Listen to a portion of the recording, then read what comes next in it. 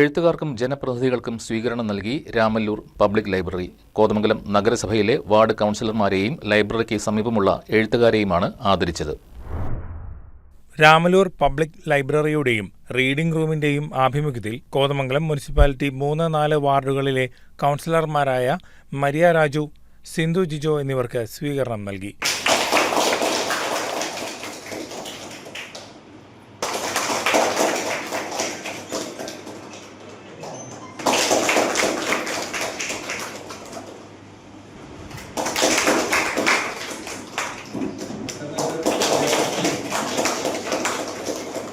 ഒപ്പം ലൈബ്രറിയുടെ പരിധിയിൽ വരുന്ന എഴുത്തുകാരായ MK Mathai, Shandy Davis, Mary Babu എന്നിവരെ ആദരിച്ചു. Taluk library council secretary Manoj Narayanan പൊതുയോഗം ഉദ്ഘാടനം ചെയ്തു.